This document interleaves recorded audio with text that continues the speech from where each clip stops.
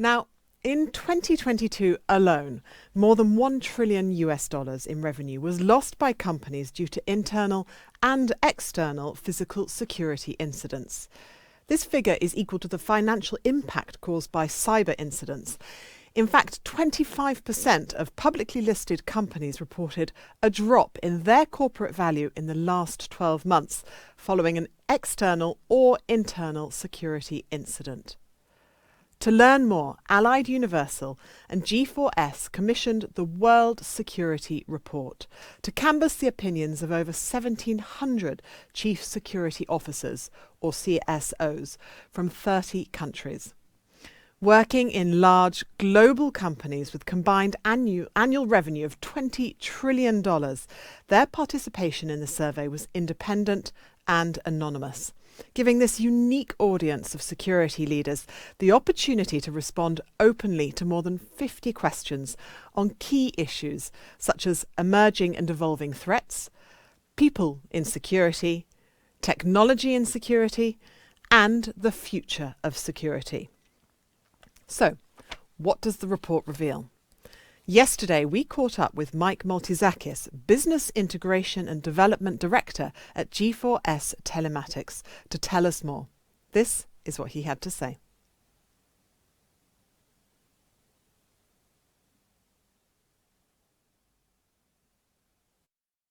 Hello, everyone. It's great to have you here today, and many thanks to Tapa for putting together yet another amazing event and for the opportunity to present.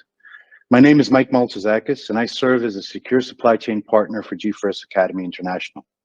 In the next 15 minutes, I'll be sharing insights from our World Security Report. But before I do, a couple of words on the Academy itself. G4S Academy is our platform to create and share knowledge based on the global expertise, tapping into over 800,000 colleagues in 90 countries. Three pillars to the Academy: our specialists, the repository, and our Academy network. I'm honored to be part of the team along with G4S Telematics, focusing on securing global supply chains.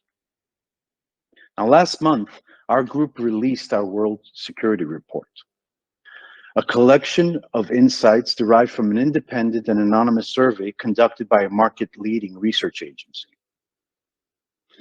This comprehensive survey reached out to just under 1,800 chief security officers from large global companies across 30 countries, covering a wide range of industries and sectors. It's important to note that these companies collectively reported annual revenue of more than $20 trillion in 2022. That's representing almost a quarter of the world's GDP. Each respondent was carefully screened against a set of strict criteria to ensure the highest level of validity and reliability in the findings. The objective was to create a robust and unbiased reflection of the current state of the world's security.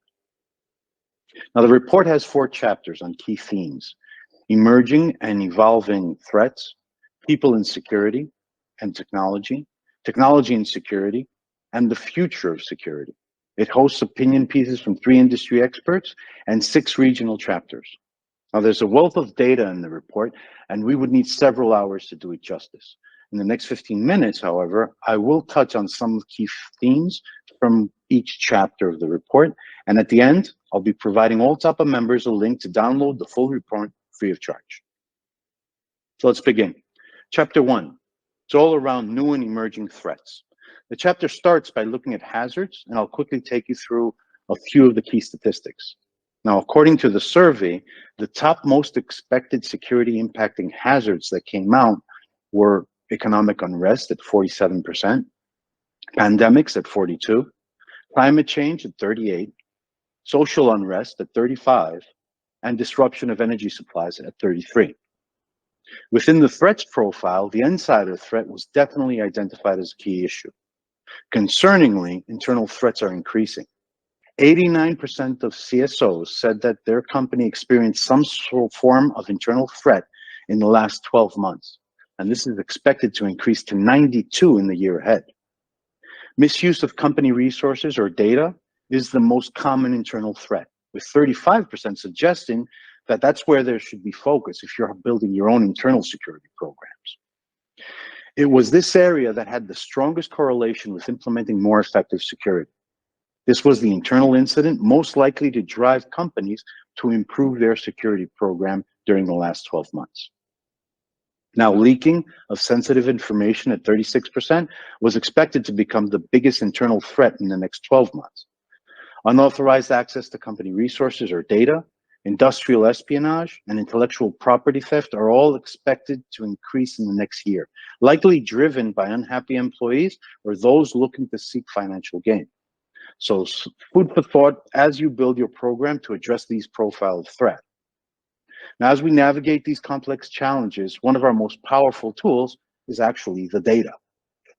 Our recent report is a goldmine of actual insights, and it's imperative that we use the data not just to inform ourselves, but actually to lead conversations with our stakeholders. Take a look at these numbers. 47% of security officers are concerned about economic unrest, impacting their business in the next 12 months. This is up 21% from last year and shows a significant trend. But let's dive deeper. Among those concerned about economic unrest, there's also heightened concern about social unrest, disruption to energy supplies, and even political instability. So what does that mean for us? It means that our stakeholders aren't just looking for a single solution to a single problem. They're looking for a comprehensive approach that considers multiple facets of risk. So the next time you're debating security budgets, present a data-backed, comprehensive risk mitigation plan. Now that's a value proposition. Let's go into chapter 2. We're going to look at people in security, and in particular, balancing the rapidly changing demands of technology and keeping people at the center of our security programs. Now, the survey showed that 67% of the CSOs think that customer service skills are extremely important. 63 said that a higher education degree is extremely important, and 57 believe that the ability to speak multiple languages is highly desirable. Right? The demand is pretty clear in that companies are asking for a more versatile, skilled, and adaptable security professional. They want officers who can wear multiple hats, handling complex security systems, interact effectively with people, and adapt to rapidly changing situations. Another really compelling finding from the chapter is the increasing role of technology. It's shaping the security landscape. Now, as you can see, 85% of chief security officers believe that a strong understanding of technology will become increasingly important in the next 5 years. And 88% said that technology is changing the skills required for security professionals. And again, this isn't just a trend, it's an expectation. But this expectation is not without its challenges. Finding the right security professionals with a solid grasp of technology is a significant hurdle. Now, if finding tech-savvy security professionals is one side of the coin, retaining them is the other side of the coin, right? It's a twofold challenge that we must navigate effectively. 43% of chief security officers find recruitment challenging because security roles are often seen as unattractive career options, right? This is a perception, though, and we need to address it. We're not just offering a job, we should be offering a career path in an ever-evolving, increasingly tech-savvy industry.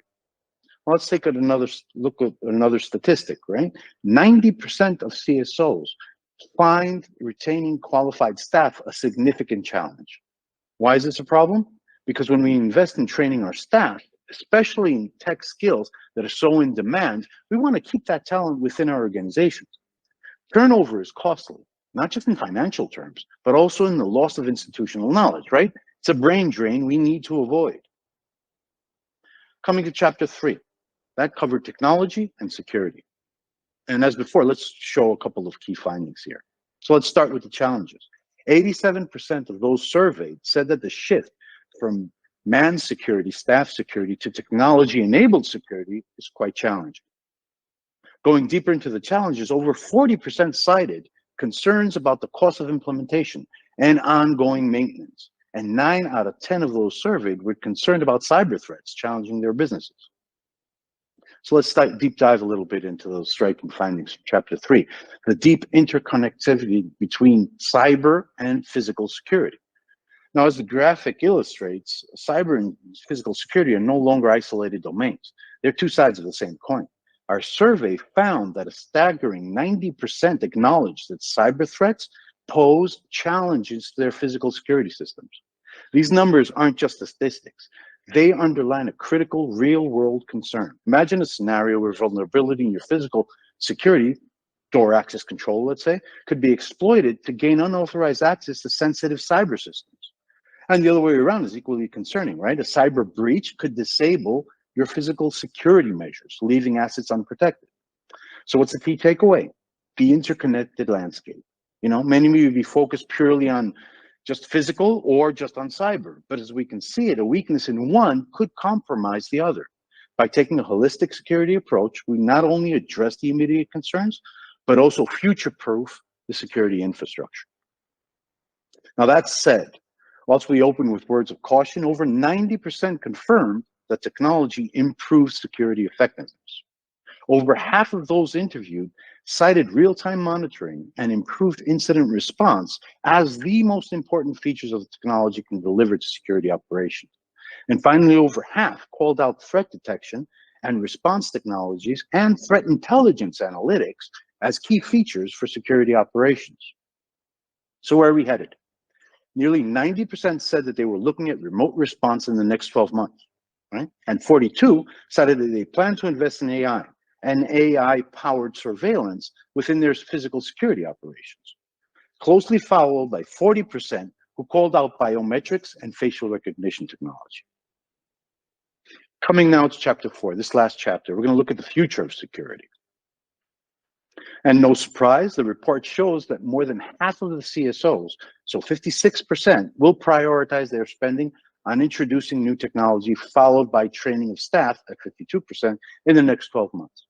I think that what's also important to consider as we look at security budgets is the complex terrain that lies ahead, right, in the world of security and its impact. Geopolitical tensions, they're not just headlines. They have real-world implications for global trade and global supply chains.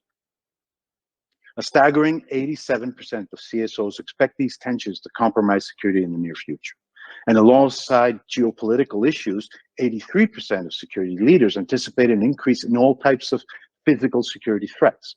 These are not isolated problems. They're part of a challenging matrix that every CSO must navigate. Now, as we look into the future of security and the evolving role of the security professionals, here are some other interesting findings.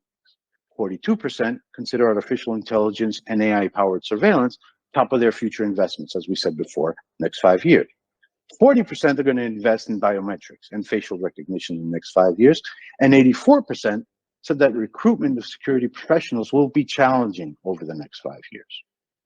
Now, if we look at the people who will be navigating this complex landscape of technology and skills, right, it's safe to say that technology proficiency is becoming increasingly important. This is reflected in 52% of the CSOs who said training staff to use new tech will be the company's priority over the next 12 months. Now, before we wrap up, let's discuss the real-world barriers that companies face when implementing new technologies. A significant 35% of CFOs state a lack of internal skills within their own companies, and 34 point out to general skill gap in the security workforce. So how do we navigate through these barriers? We definitely need to upscale our internal training programs and hiring strategies. The skills gap is essentially a roadmap telling us where we need to improve and partner up with experts to implement effectively. So what's next? First and foremost, download, read, digest the full report. It's not just data. It's a security asset that can arm you with insights that you need to bring to your stakeholders and elevate the stakeholder conversation. We hope that this report can serve as a tool to address the uneasy neglect of security in the boardrooms. That's where we have to have these conversations, and this is ammunition. And fuel internal excellence. Those in operations, this is your roadmap. Use the trends to innovate your training programs, fine-tune your recruitment strategies, augment your operational efficiency. By proactively deploying the knowledge and insights from this report, we're not merely adapting to the changing security landscape, we're actually leading it. It's not just react. Let's be the catalyst for change. So I hope the webinar has been insightful and that I've managed to do the report a little bit of justice in the mere 15 minutes we had together. But most importantly, I hope I've convinced you to download the report and use it as a tool with your stakeholders. So please visit worldsecurity.report.com. Download your free copy. And thank you once again for joining, and enjoy the rest of the conference. Goodbye and stay safe.